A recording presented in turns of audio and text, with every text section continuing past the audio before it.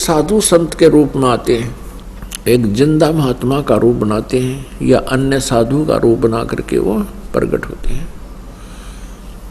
और अच्छी आत्माओं को, नेक आत्माओं को, श्रेष्ठ आत्माओं को, जो पुण्य आत्मा है, युगों युगों से भगवान के लिए तरफ रही हैं, लगे हुए हैं, उनको मिलते हैं, उनको ज्ञान से और अपने यथार्थ स्थान से उस सत्यलोक से परिचित कराते हैं।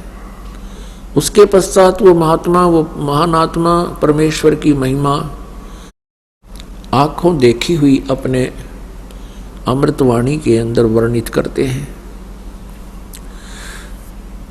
ये 3 सतिथि होती है परमात्मा की। 3 सतिथि में परमात्मा शरीर धारण करता है। 3 सतिथि में शरीर है परमात्मा का। ऋग्वेद मंडल नंबर 9, सूक्त नंबर 1 और मंत्र नंबर 8 और 9 में ये स्पष्ट किया है कि वो परमात्मा, उस परमात्मा को उग्र गतियां प्रेरित करती हैं, यानी ऐसी स्थिति आ जाती है पृथ्वी मंडल पर, उस समय परमात्मा, धर्म का नाश हो रहा है, अधर्म का बढ़ावा हो रहा है, उस अधर्म का नाश करने के लिए और धर्म का बढ़ावा करने के लिए परमात्मा आते हैं। जैसे आपने गीता जी में पढ़ा है कि यदा यदा ही धर्मस्य ग्लानिर्भवति भारत है। ये गीता ज्ञान दाता कहता है कि जब धर्म में ग्लानि हो जाती है, अधर्मी लोग हो जाते हैं, तब गीता ज्ञान दाता कहता है कि मैं अपने अंश अवतार भेजता हूं, जैसे श्री राम श्री कृष्ण रूप में। तो इनका तरीका है जैसे परशुराम जी के रूप में और कपिल मुनि जी के रूप में। अब इस काल भगवान का तरीका है धर्म की पुनर्स्थापना का। कैसे? जैसे परशुराम जी ने अक्षत्रियों को काट डाला था, अपने फरसे मार दिया था सबको। कारण क्या था कि वो इतने निकम्मे हो गए थे, निर्लज्ज हो गए थे, प्रजा का ठीक से देख रेख नहीं करते थे और न्याय नहीं देते थे। ऐसे ही जैसे महाभारत का युद्ध हुआ, उस समय भी लोग बहुत कृतघ्नी हो गए थे, तो उसमें वो जनता अपकट कर मर गई। तीसरा ये है कि जैसे यादव बहुत अभिमानी हो गए थे, श्री कृष्ण जी का संग पाक है, वो फिर आपस में लड़ मरे थे दुर्वासा जी के श्राप से।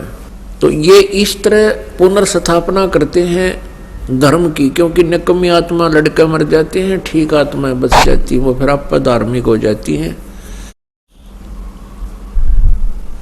बहुत सी आपदाएं आ जाती हैं। और परमेश्वर कबीर जी का जो तरीका है, परमेश्वर पूर्ण ब्रह्म का तरीका है धर्म की पुनः स्थापना करने का, कि वो ज्ञान से, अपने आशीर्वाद से और आध्यात्मिक ज्ञान से हम सबकी सोच बदलते हैं। सतगुरु मिले तो इच्छा मेटे, पद मिल पदे समाना, चल हंसा उस लोक पठाऊं जो आदि अमर अस्थाना। यहां जो मारो मार हो रही है वो किस आधार से हो रही है? माया के लिए। इस माया के जोड़ने के लिए इंसान ना इज्जत देखता है, ना बेइज्जती देखता है, ना अपना देखता है, ना पराया देखता है, वो केवल माया ही माया देखता है। और इस माया का अंत क्या होता है? परमात्मा बताते हैं, ज्ञान से आधार बनाकर हमें समझाते हैं कि जिस माया के पीछे तुम अंधे हो चुके हो, ना भाई देख रहे हो, ना बहन देख रहे हो, ना माता पिता की तरफ तुम्हारी श्रद्धा रही है, तुम्हें केवल माया दिखाई देती है।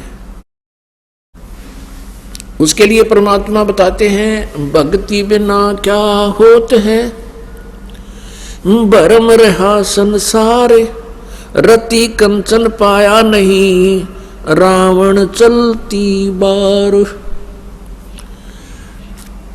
भक्ति के बिना, परमात्मा की साधना के बिना आपको कुछ भी नहीं मिलेगा। कहते हैं सर्व सोने की लंका थी वह रावण से रणधीरम, एक पलक में राज बिराजी जम के पड़े जंजीरम। रावण के पास इतना धन था कि पूरी सोने की लंका यानी अपनी नगरी बना रखी थी, और जब रावण का अंत हुआ, संसार छोड़कर जाने लगा, कहते हैं 1 ग्राम सोना स्वर्ण भी साथ नहीं ले जा सका। तो परमात्मा का जो समाज के उद्धार करने का जो तरीका है कबीर भगवान का, वो आध्यात्मिक ज्ञान के माध्यम से होता है। उस आध्यात्मिक यानी तत्व ज्ञान को, सूक्ष्म वेद को यहाँ हमारे तक पहुँचाने के लिए, हमारे हृदय में जमाने के लिए, और फिर उस तत्व ज्ञान से क्या क्या लाभ होता है मानव को, वो प्रमाणित करने के लिए परमात्मा एक पूरा जीवन इस पृथ्वी लोक के ऊपर जनसाधारण की तरह व्यतीत करते हैं। परमेश्वर कबीर देव जी सह शरीर आते हैं, सह शरीर जाते हैं। परमेश्वर की महिमा के अंदर वेदों में लिखा है कि वो परमात्मा अपनी महिमा की वाणी, अपनी जानकारी देने के लिए कविताओं के माध्यम से, लोकोक्तियों के माध्यम से वो ज्ञान प्रचार करते हैं, जिस कारण से वो कवि कहलाते हैं। एक प्रसिद्ध कवि की भूमिका करने से वो कवि भी कहलाते हैं। प्रसिद्ध कवियों में से एक होते हैं, लेकिन वो होते हैं भगवान। पुण्यात्मा कवि तो और भी बहुत हैं। उन कवियों ने भी अपनी अनुभव की वाणी लिखी है। परमात्मा कबीर देव जी ने भी वाणी लिखी है, जिनको हम कवि कहा करते थे। और वैसे परमात्मा का नाम ही कबीर देव है, कबीर साहब है, यानी जो अपनी महिमा की वाणी को कविताओं, दोहों, लोकोक्तियों के माध्यम से ही बोलकर सुनाते हैं, जिस कारण से वो कबीर देव, वो नाम उनका कबीर देव फाइनल है। अब परमात्मा की पहचान हमने करनी पड़ेगी। जैसे कवियों में से भी भगवान को सिलेक्ट करना पड़ेगा। कैसे? जैसे परमात्मा का जो विधान है वो काल वाले कवियों जैसा नहीं है और काल जैसे वाले भगवानों जैसा नहीं है। अब जैसे एक रहीम जी कवि हुए हैं। रहीम जी ने कहा है कि खीरा सिर से काटकर मलिए नमक लगाए, रहीमन कड़वे मुखन को चाहत यही सजाए। अब रहीमन जी का उद्देश्य है कहने का कि यदि कोई कड़वे वचन बोलता है, जैसे खीरा कड़वा होता है, उसको एक सिरे से काटकर और फिर उसको ऐसे नमक लगाकर मसलते हैं तो उसका कड़वापन ठीक हो जाता है, निकल जाता है, मीठा बन जाता है। कहने का भाव ये है, यदि कोई कटु वचन बोलता है, बकवाद करता है, गाली देता है, तो उसका बक्कल तार दो, उसने कूट छेद दो, अच्छी तरह संवार दो, तो वो सीधा हो जाएगा। ये तो तरीका है काल के कवियों का और काल के भगवानों का। श्री राम, श्री कृष्ण, श्री परशुराम जी जो काल ब्रह्म के द्वारा भेजे गए अवतार थे। और परमात्मा कबीर जी क्या कहते हैं? आवत गाली एक है, उल्टा होवे अनेक, कहे कबीर ना उलटियो वार है एक की एक। गाली ही से उपजय कलह कष्ट और मीच, आर चले सो साधु है भाई लाग मरे सो नीच। अब देखो कितना अंतर है। परमात्मा कहते हैं जो तो कू काटा बोवे है ताको बो तू फूल, तो हे फूल के फूल हैं वा को मिले तरशूल। तो हमने परमात्मा को पहचानना है और उस परमात्मा के बताए प्रत्येक नियम का पालन करते हुए हम अपना कल्याण करा पाएंगे। नहीं तो ये बात बनाते अपने अपने सिद्धांत थ्योरी बना बना के असंग युग हो गए हमने यहाँ धक्के खाते ने भटकता ने।